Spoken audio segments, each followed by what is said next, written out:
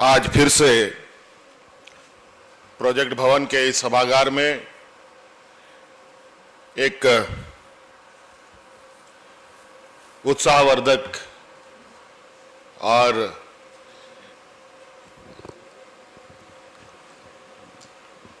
राज्य के विकास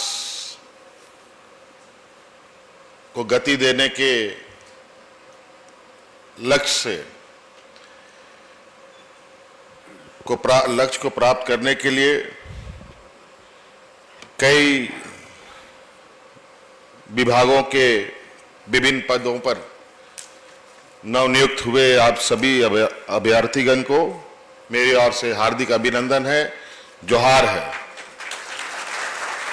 और आज इस पावन अवसर पर हमारे साथ मंच पर उपस्थित हैं आदरणीय मंत्री चंपई सोरेन जी, हमारे साथ उपस्थित हैं आदरणीय मंत्री रामेश्वर उरांव जी, हमारे साथ उपस्थित हैं आदरणीय मंत्री सत्यानंद भोक्ता जी, हमारे साथ उपस्थित हैं हमारे सहयोगी मंत्री हफीजुल हसन जी, हमारे साथ उपस्थित हैं हमारे सहयोगी मंत्री दीपक बिरुवा जी, राज्य के मुख्य सचिव खांगते साहब और राज्य के सीएस अविनाश कुमार जी और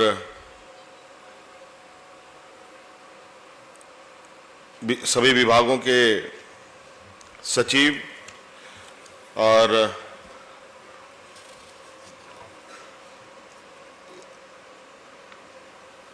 सभी गणमान्य अतिथिगण, आप सबका भी हार्दिक।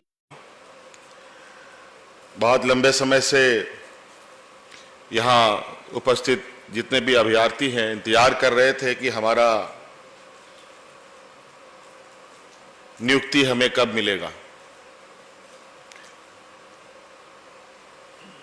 आपको मालूम है कि इसी नियुक्ति पत्र वितरण कार्यक्रम में कुछ लोगों को पहले ही नियुक्ति पत्र दिया जा चुका है और जो बचे थे उनको आज यहाँ नियुक्ति पत्र दी जा रही है। कुछ की नियुक्ति पहली बार हो रही है, कुछ नियुक्तियां जेपीएससी के द्वारा हुई है, कुछ नियुक्तियां जेएसएससी के द्वारा हुई है और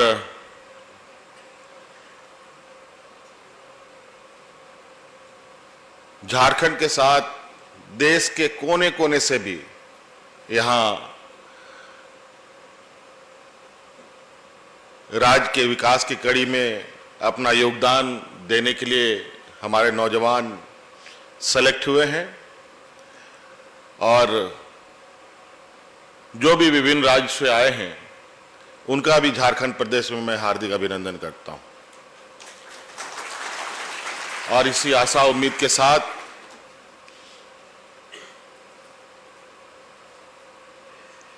कि इस राज्य को भी देश के अग्रणी राज्यों के समकक्ष पहुंचाने का हम भरकस प्रयास सब मिलजुल कर करेंगे। यहां असिस्टेंट टाउन प्लानर की भी नियुक्ति हुई है लगभग 28 लोगों की, जिनके जिम्मेदारी होगी कि राज्य के शहरों का सर्वांगीण विकास, उसका प्लान किस तरीके से शहरें विकसित हों। आपके सूझबूझ और आपके अनुभव के आधार पर राज्य के शहरों को एक नई दिशा मिलेगी। जूनियर इंजीनियर की भी बहाली आज हो रही है और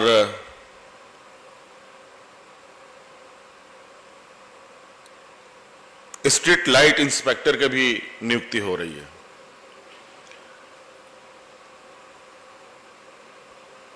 और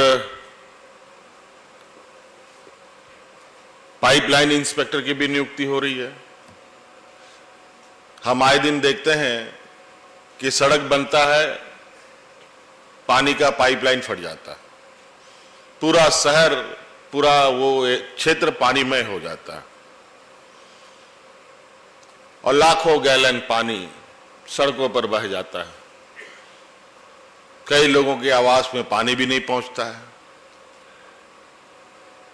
और अखबारों के माध्यम से सरकार को खरी खोटी सुनने को भी मिलता है। आवागमन में बाधित होता है।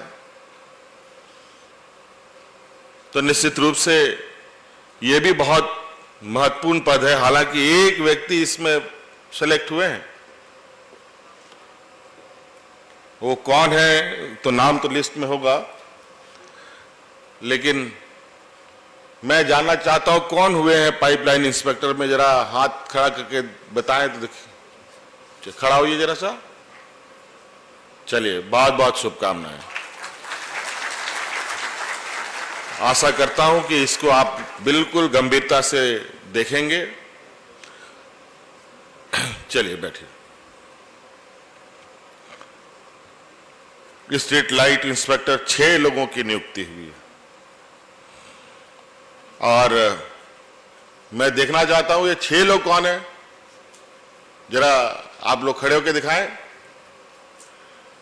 अच्छा, 4 उधर है, 2 उधर हैं। बहुत बढ़िया।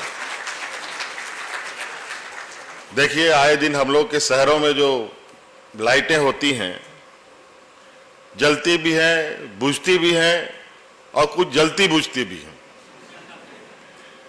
खूब आंख मारता है। तो ये सारी चीजें ना हो। और बड़ा अजीब आज के दिन में एक नया फैशन निकला है, हम लोग भी उसमें कभी कभी शामिल हो जाते हैं। नेता लोग या त्योहार सब में सारे स्ट्रीट लाइटों में वो लड़ियां बांध देते हैं। बैठिए आप लोग। लड़ियां बांध देते हैं और यूं ही लड़ी बांध करके छोड़ देता है। और कुछ लड़ियां जलती हैं, कुछ नहीं जलती हैं, कुछ आधा जलता है, कुछ आधा नहीं जलता है। बड़ा बेढंगा व्यवस्था रहता है। कहीं कोई स्ट्रीट लाइट पेड़ के टहनियों से ढका पड़ा है, लाइट तो जल रहा है लेकिन रोशनी नहीं आ नहीं रही है। बड़ी विचित्र स्थिति बनी रहती है। हम आशा करेंगे कि इसको भी आप लोग बहुत बेहतर तरीके से देखेंगे। और पेयजल विभाग की तरफ से जेई सब बहाल हुए हैं। अभी अभी मैंने एक लापरवाही को फ्लैग किया है मुख्य सचिव के समक्ष में, उस पर तो अभी हम कार्रवाई करने जा रहे हैं। हजारीबाग जिले का है।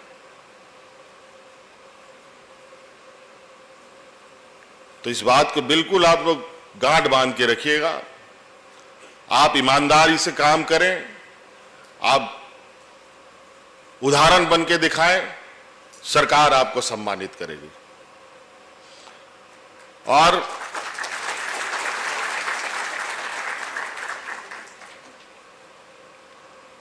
हम चाहेंगे, हम मुख्य सचिव साहब से भी ये बात कहेंगे कि हमारे जो पदाधिकारी हैं, हमारे वरीय सिर्फ आईएएस आईपीएस से नहीं, जो यूपीएससी क्वालिफाई किए हैं उन्हीं को सम्मान दे।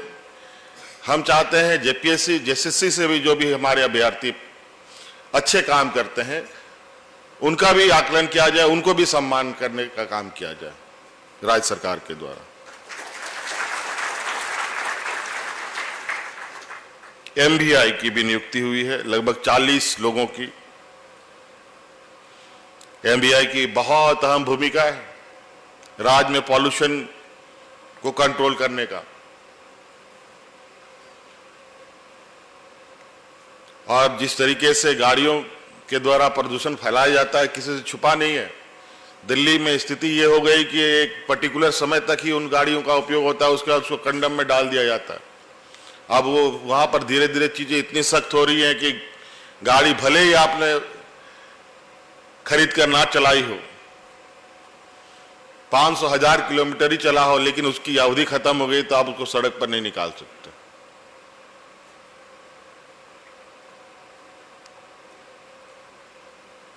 तो इसीलिए एमवीआई की भी नियुक्ति बहुत महत्वपूर्ण है। तो बिल्कुल आप लोग इस विषय को गंभीरता से लेंगे। माइनिंग इंस्पेक्टर, ये तो इस राज्य का एक ऐसा सब्जेक्ट है, मुझे लगता है इससे पहले माइनिंग इंस्पेक्टर की नियुक्ति हुई है कि नहीं हुई है मुझे नहीं मालूम है। मैं विशेष रूप से, भले ही लोग बाहर से लिए गए हैं, हमारे देश में पहला और आखिरी मुझे लगता है कि माइनिंग इंस्टीट्यूट हमारे ही राज्य में था, लेकिन उनकी नियुक्ति नहीं होने की, नियुक्ति किस प्रकार हुई पूर्व में इसकी मुझे जानकारी नहीं है, लेकिन अब वो आईआईटी में कन्वर्ट हो गया। जबकि यहां पर खनन की जो गतिविधियां हैं मुझे लगता है कि और राज्यों की अपेक्षा बहुत अधिक है। आज ही मैं गिन रहा था और आज ही मैं अपने प्रधान सचिव जी के साथ रास्ते में वार्ता करते आ रहा था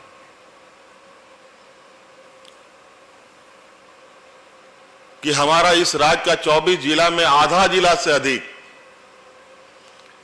अगर मैं ध्यान से, अभी हम लोग चलती गाड़ी में बात कर रहे थे तो समय बारिश का भी था, हम लोग पहुंच भी गए, बात भी अधूरा रह गई। मुझे तो लगता है कि कोई ऐसा जिला नहीं बचा होगा जहां खनन गतिविधियां ना चल रही हों।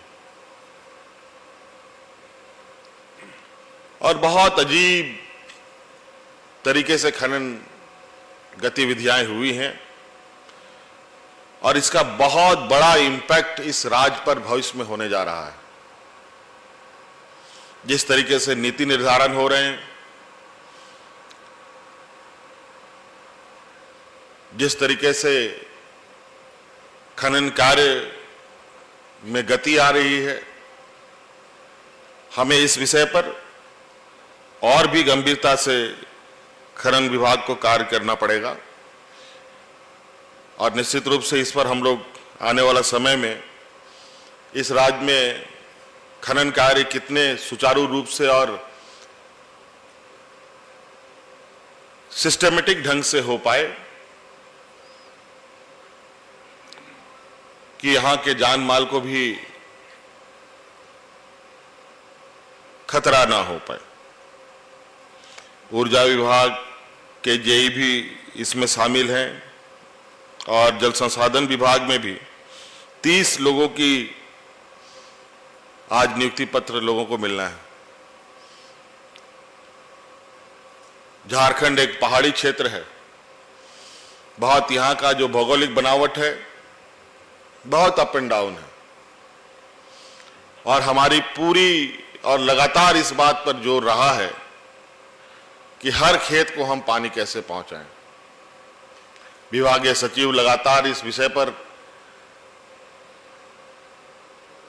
काम कर रहे हैं, हम लोग भी लगातार कुछ नए तकनीक के साथ आगे बढ़ रहे हैं, नए योजना के साथ आगे बढ़ रहे हैं, लेकिन इस गति को और बढ़ाना होगा, तभी हम सभी खेतों में पानी पहुंचा पाएंगे।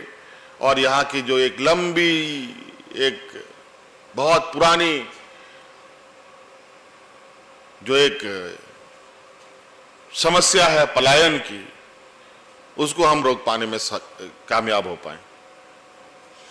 इसलिए यहाँ आज चयनित सभी अभ्यर्थियों को मेरी ओर से बहुत बहुत आने वाले समय के लिए, भविष्य के लिए आप सबको शुभकामनाएं और इसी आशा उम्मीद के साथ कि आप सब लोग राज्य के सर्वांगीण विकास में अपनी अहम और कड़ी भूमिका निभाएंगे।